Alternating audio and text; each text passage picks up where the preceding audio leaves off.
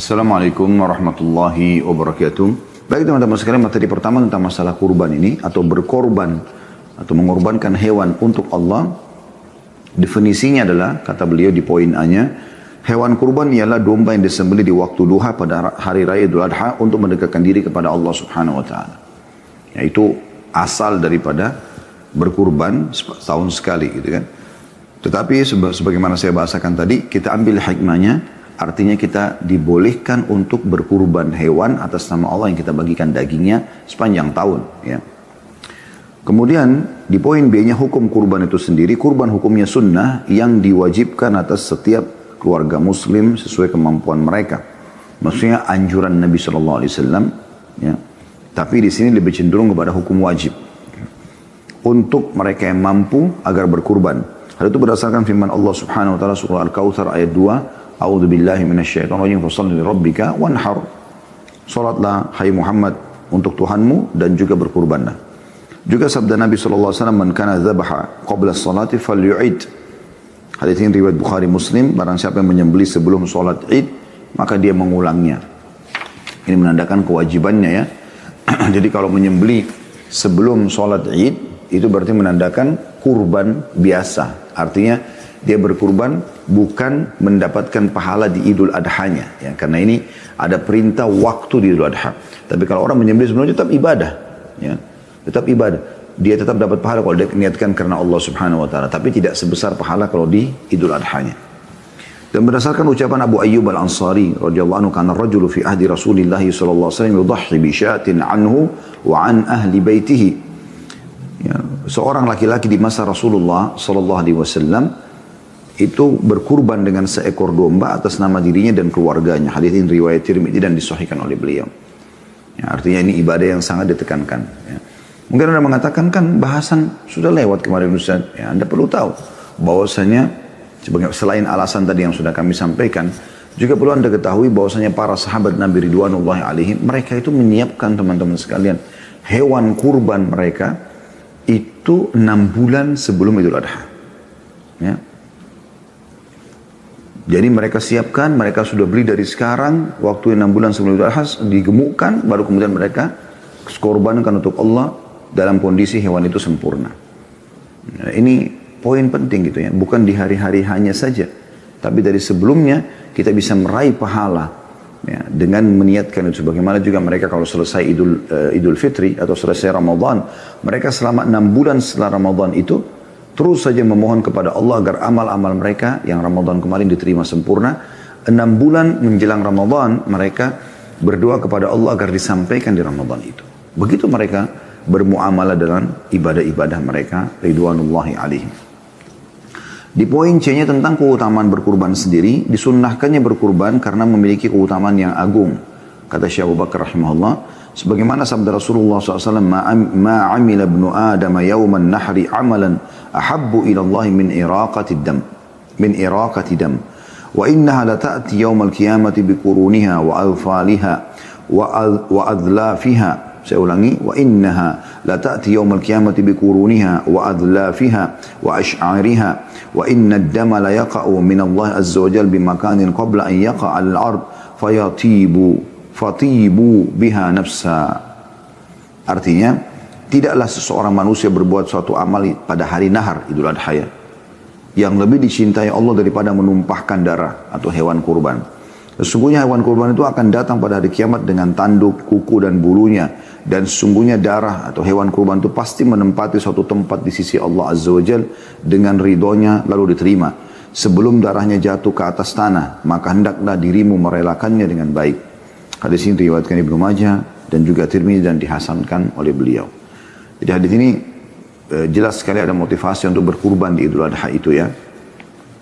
Dan bagaimana hewan-hewan ini tidak hilang. Mungkin di mata kita sembelih, dikulitin, kulitnya dimanfaatkan, dagingnya dibagikan, seakan-akan hilang. Tapi pada hari kiamat dipastikan oleh Nabi SAW itu akan datang. Tetap akan datang pada hari kiamat. Hewan tersebut lengkap, dihadapkan di hadapan penyembelihnya bahwasanya ini hewan dulu yang kamu sembelih dan akan ada pahala sendiri di sisi Allah Subhanahu wa taala. Juga pernah ditanyakan oleh para sahabat Nabi kepada ridwanullah alaihim kepada Nabi sallallahu alaihi wasallam, "Ma hadhil adahi?" Qala sunnatu abikum Ibrahim. Qalu ma lana minha? Qala bi kulli sya'ratin hasana. Qalu fas-suf. Qala bi kulli sya'ratin min as-sufi hasana. Hadis ini riwayat Ibnu Majah dan Tirmidzi dengan sanad hasan. Artinya, apakah kedudukannya penyembelihan hewan kurban ini? Maksudnya keutamanya apa sih kita harus berkurban? Maka kata Nabi SAW, itu adalah sunnah bapak kalian Ibrahim. Jadi yang kerjakan pertama Nabi Ibrahim AS yang tidak jadi menyembelih anaknya Ismail AS. Mereka bertanya lagi, lalu apa yang kita peroleh kalau kita berkurban? Kata Nabi SAW, kita memperoleh kebaikan pada setiap helai bulu wolnya. Pada setiap bulunya satu pahala.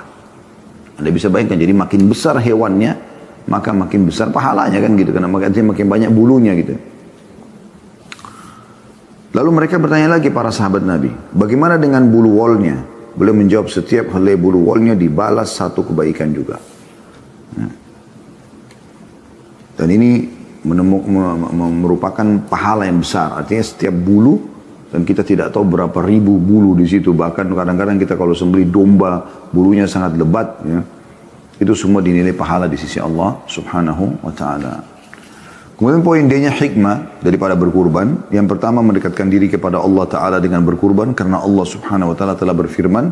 Tadi sudah kita bacakan surah Al-Kawthar ayat 2. A'udhu billahi minasyaitonirrajim. Fasalli li rabbika wanhar. Salatlah hai Muhammad. Ya, untuk Tuhanmu dan berkurbanlah. Juga dalam surah Al-An'am 162 sampai 163 Allah subhanahu wa ta'ala berfirman.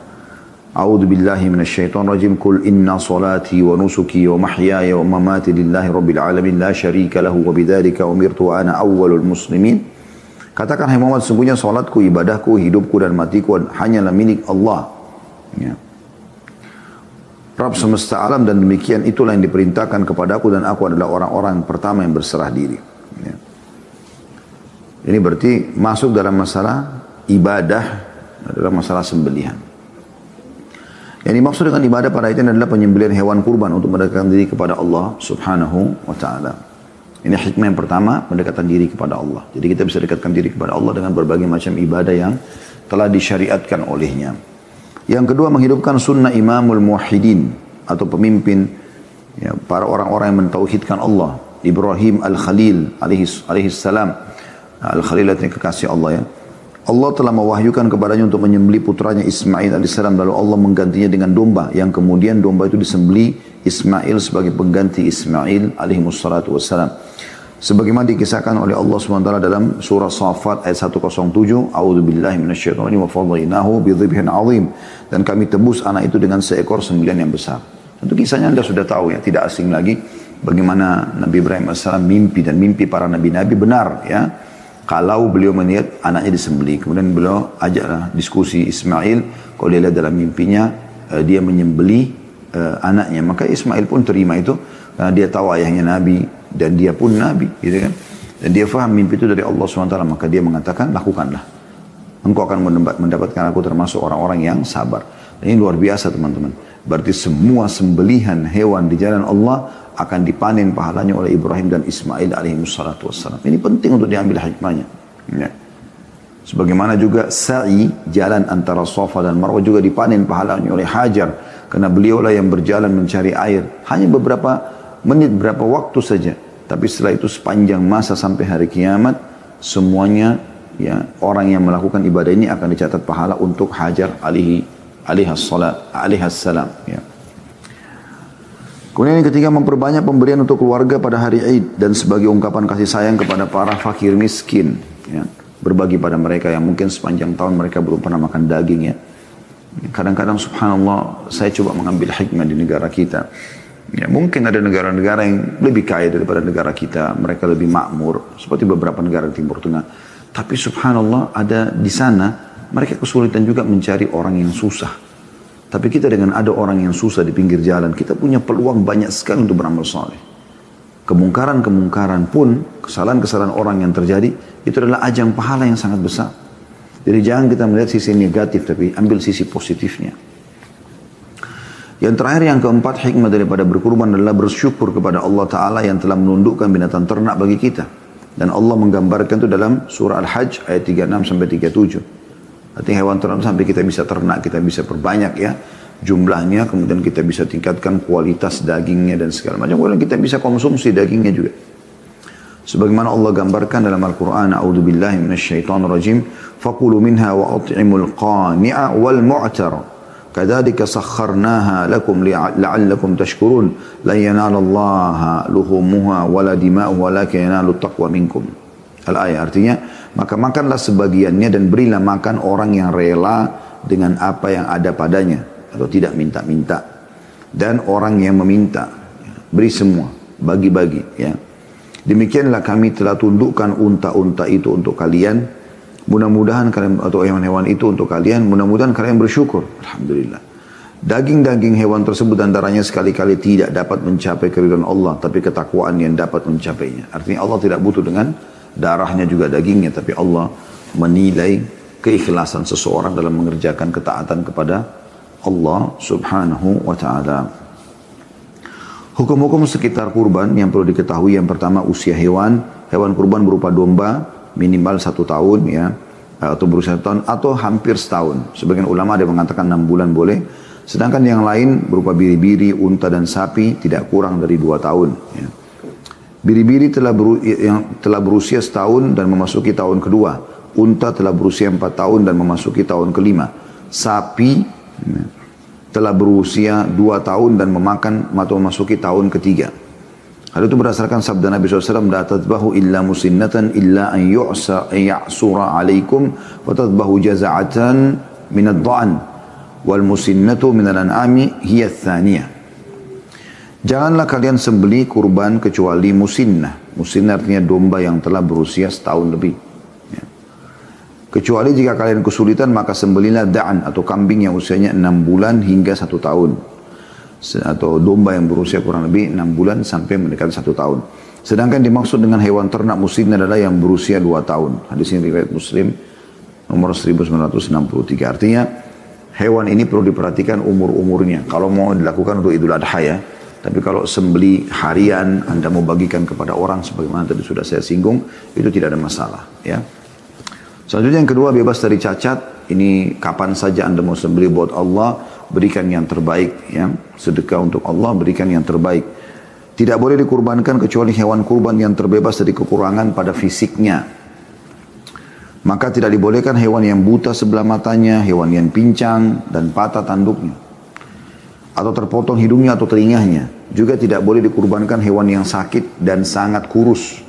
Hal itu berdasarkan sabda Rasulullah SAW, arba'un la tajuzu fil awahi, al-awra'ul bayyinu awruha, wal maridatul bayyinu maraduha, wal arja'ul bayyinu dhal'uha, wal kasiratul lati la tunki ayyi la mukha fi idhamiha, wahiyal hazilul ajfa'.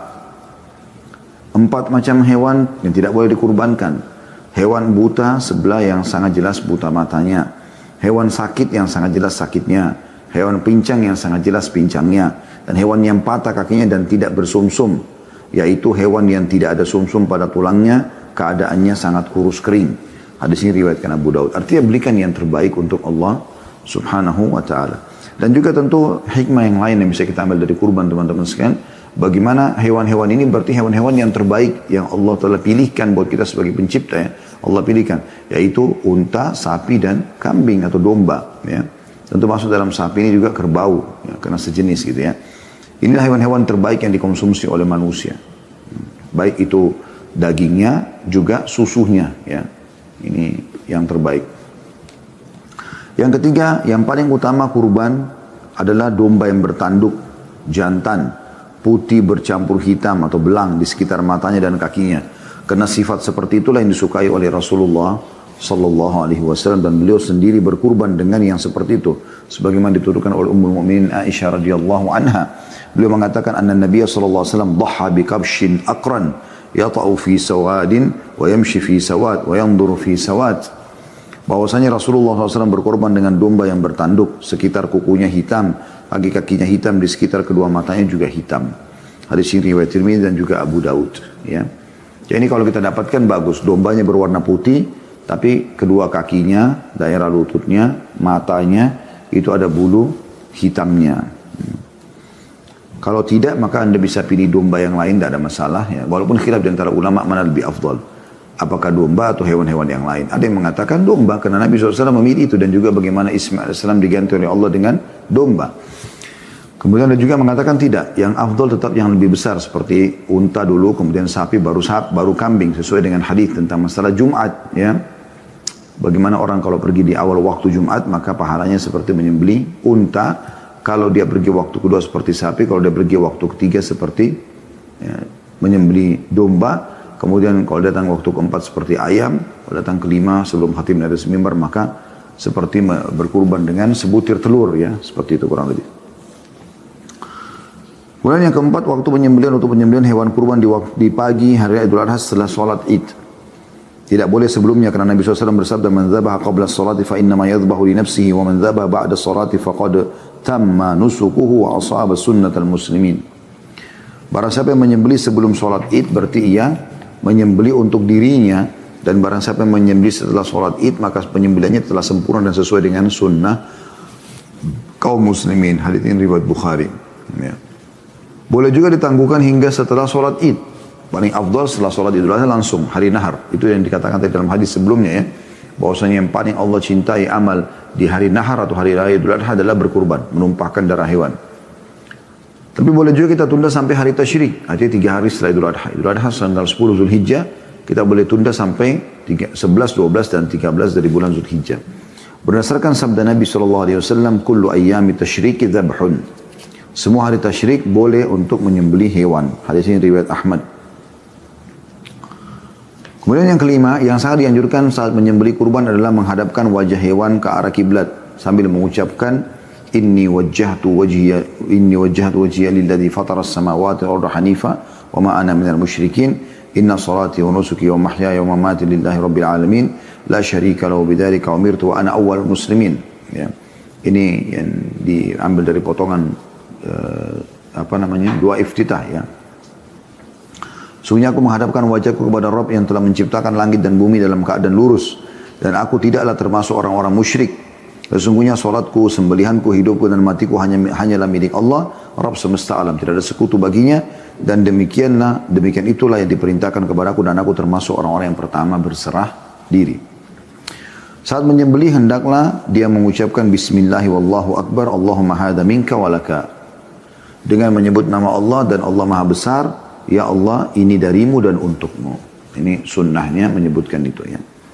Kemudian yang keenam, boleh mewakilkannya. Seorang muslim dianjurkan untuk menyembelih sendiri hewan kurbannya kalau dia mampu, dekat dan dia juga terbiasa. Tapi boleh juga mewakilkan kepada orang lain. Hal itu tidak berdosa dan tidak ada perbedaan pendapat di antara para ulama mengenai hal ini.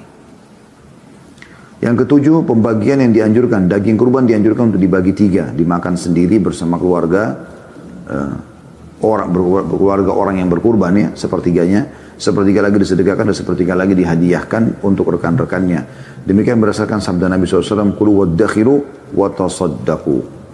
Makanlah dan simpanlah serta bersedekahlah. Hadis ini diriwayatkan oleh Bukhari. Boleh juga disedekahkan semuanya dan boleh juga tidak ada yang dihadiahkan dari daging kurban tersebut. Jadi bebas. Boleh nggak saya sembelih domba, semuanya saya simpan buat saya makan sekeluarga? Boleh. Saya sembelih sapi semuanya, saya pakai, boleh. Tapi kalau anda mau lebih afdal, anda bagi.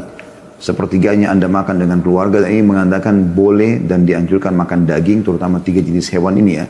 Unta, sapi, dan kambing atau domba. Sepanjang tahun tentunya.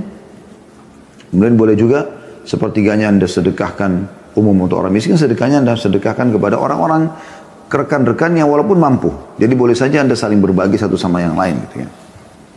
Yang kedelapan, upah pelaksana dari setiap hewan kurban, upah pelaksana dari selain hewan kurban. Orang yang mengurusi hewan kurban tidak diberi upah dari bagian hewan kurban tersebut. Ali bin Abi Thalib radhiyallahu anhu mengatakan Rasulullah SAW menyuruhku untuk mengurusi untanya dan bersedekah dengan daging, kulit dan isi perutnya, dan agar tidak memberi apa-apa kepada orang yang menanganinya. Ia mengatakan kami memberinya upah dari yang kami miliki. Hadis ini riwayat Bukhari Muslim. Artinya ya menyembelih kasih duit, bayar dengan upahnya, tapi jangan bayar dengan daging ya.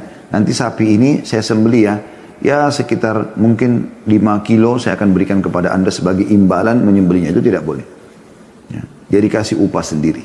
Begitu diajarkan oleh Nabi alaihi salatu wassalam. Yang kesembilan berhubungan dengan masalah ini adalah apakah seekor domba cukup atas nama satu keluarga? Maka jawabannya seekor domba cukup ya, untuk sekeluarga. Walaupun satu keluarga itu terdiri dari beberapa orang yang banyak. Berdasarkan ucapan Abu Ayyub al-Ansari radhiyallahu anhu, ada seseorang laki-laki di masa Rasulullah SAW yang berkurban dengan seekor domba atas nama dirinya dan keluarganya. Nah, di sini riwayat Tirmidzi dan dihasankan oleh beliau.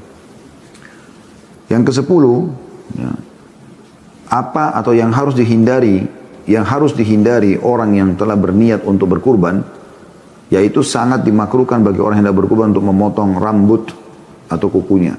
Ada yang harus dihindari, yang perlu diketahui dari berhubungan dengan kurban ini, yaitu dia menghindari untuk memotong kuku dan juga ya, rambutnya. Demikian ini semenjak memulai bulan Hijriah atau masuk bulan Hijriah, tanggal 1 Zulhijjah, mulai dari bulan Zulhijjah, dimulai dari tanggal 1-nya, hingga menyembelih hewan kurban. Berdasarkan sabda Nabi SAW, "Idza ra'aitum hilala dzil hijjati wa arada ahadukum an yudhhiya falyumsik an sya'rihi wa adfarihi hatta yudhhiya." Jika kalian melihat hilalnya bulan Zulhijjah, sudah masuk bulan Zulhijjah, 1 Zulhijjah, maka seseorang di antara kalian ingin berkurban, maka hendaklah ia menahan rambut dan kukunya atau tidak memotong hingga ia berkurban. Hadis ini diriwayatkan oleh Muslim. Yang terakhir teman-teman, yang ke-11 di poin ini ya, di hukum-hukum seputar hewan kurban di poin E-nya, yaitu kurban Rasulullah SAW atas nama semua umatnya. Orang yang tidak mampu berkurban di antara kaum muslimin akan mendapatkan pahala dari orang-orang yang berkurban. Karena ketika Nabi SAW menyembelih satu ekor domba, beliau mengucapkan, Allahumma hadha anni wa amman lam yudhahi min ummati. Ya Allah, ini adalah nama atas namaku dan juga nama umatku yang tidak mampu berkurban. Diriwayatkan oleh Ahmad, Abu Daud dan juga Tirmidzi. Sebagian ulama mengatakan ini berlaku ya dari sembelihan Nabi SAW untuk semua umatnya yang tidak mampu untuk berkurban. Allahu a'lam. Ini selesai teman-teman sekalian masalah materi berkurban ya. Dan kita akan masuk materi kedua, masalah akikah ya. Ini juga berhubungan dengan masalah sembelihan. Bila Allah Subhanahu wa taala mengaruniai untuk Anda anak laki-laki, berarti Anda sembelih 2 ekor domba atau kambing, dan kalau anak perempuan 1 ekor domba atau kambing. Sementara akikah sendiri definisinya adalah domba yang disembelih untuk bayi yang baru lahir, yaitu tepatnya di hari ke-7 dari kelahirannya. Di hari ke-7 dari kelahirannya. Sementara hukum akikah hukumnya sunnah muakkad atau sangat dianjurkan bagi yang mampu, yaitu para wali bayi yang mampu melakukannya. Berdasarkan sabda Nabi SAW, kullu gulamin rahinatun bi akikatihi tudbahu anhu yawma sabi'ihi wa yusamma wa yuhlaqu ra'suhu. Setiap anak tergadai dengan akikahnya yang disembeli pada hari ke-7 kelahirannya, dan lalu dinamai dia, diberikan nama dan dicukur rambut kepalanya. Hadis ini diriwayatkan Abu Daud, An-Nasa'i dan disahihkan oleh beliau. Jadi artinya di sini hukumnya beliau tekankan sunnah muakkadah. Ada juga sebagian ulama yang mewajibkan bagi yang mampu ya. Dan itu bagi orang yang mampu sudah harusnya dia tidak usah bertanya lagi, kalau dia seorang muslim dia harusnya memberikan hak anak tersebut dengan menyembelihkan hewan ya. Dan ini makanannya atau dagingnya boleh dibagikan mentah begitu atau memang dibuatkan masakan ya, dibuatkan masakan kemudian dibagikan kepada orang-orang. Allahu a'lam. Kemudian yang ketiga, hikmah daripada akikah itu sendiri, di antara hikmahnya adalah sebagai ungkapan syukur kepada Allah SWT atas nikmat diberikan anak dan sebagai wasilah kepada Allah Subhanahu wa taala dalam menjaga dan memelihara bayi tersebut.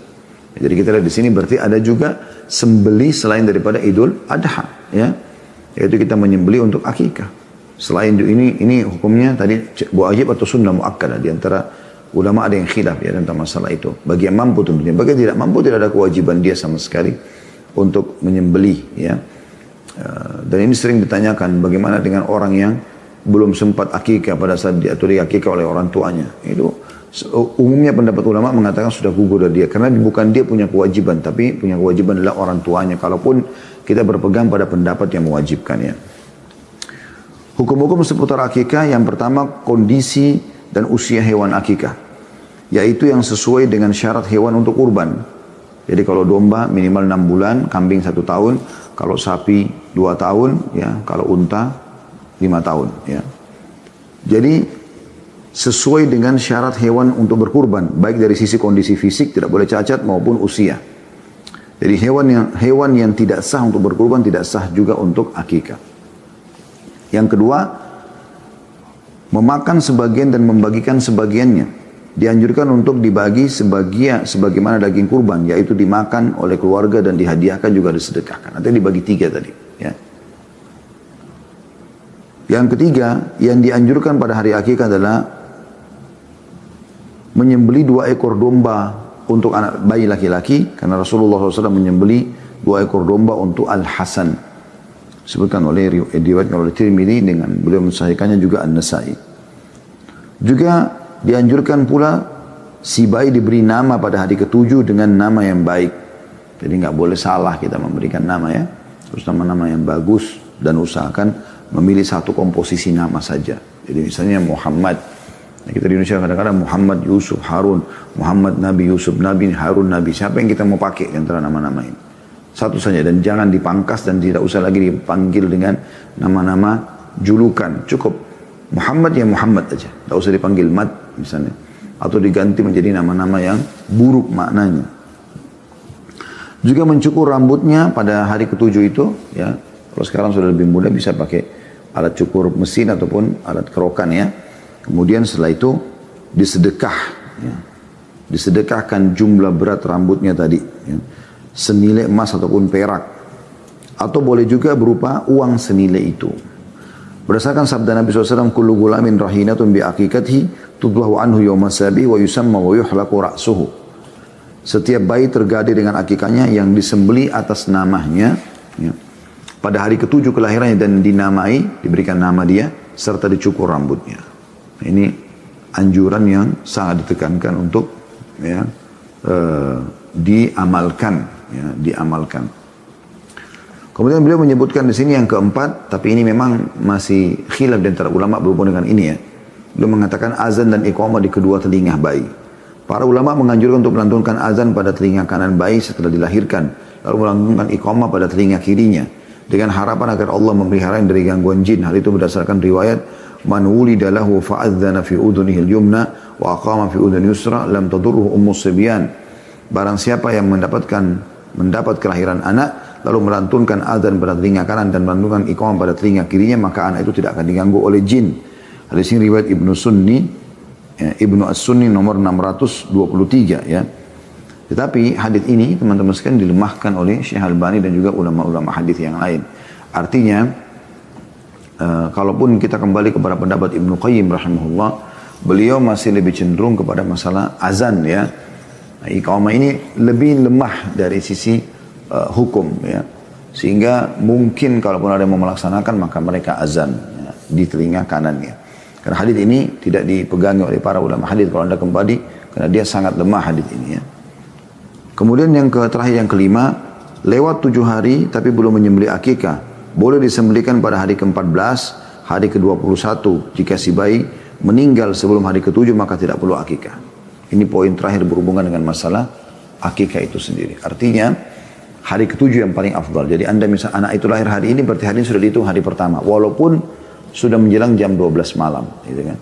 Anda masih hitung hari ini. Misalnya hari ini hari Selasa. Maka hari Selasa anda hitung. Gitu kan. Berarti Selasa misalnya kalau hari ini lahir, kita hitung kemudian Rabu, ya, besok, lusa, Kamis, Jumat, Sabtu, Ahad, Senin. Berarti hari Senin depan dia sudah diakikah. Ya, seperti itu. Nah, ini sunnahnya yang diperintahkan dalam agama Islam. Sementara hadis yang berhubungan dengan masalah yang tidak sempat menyembeli di hari ke-7 maka boleh di hari ke-14, hari ke-21 juga dinukil oleh Ibnu Qayyim rahimahullah dalam buku beliau berhubungan khusus membahas masalah akikah ini ya.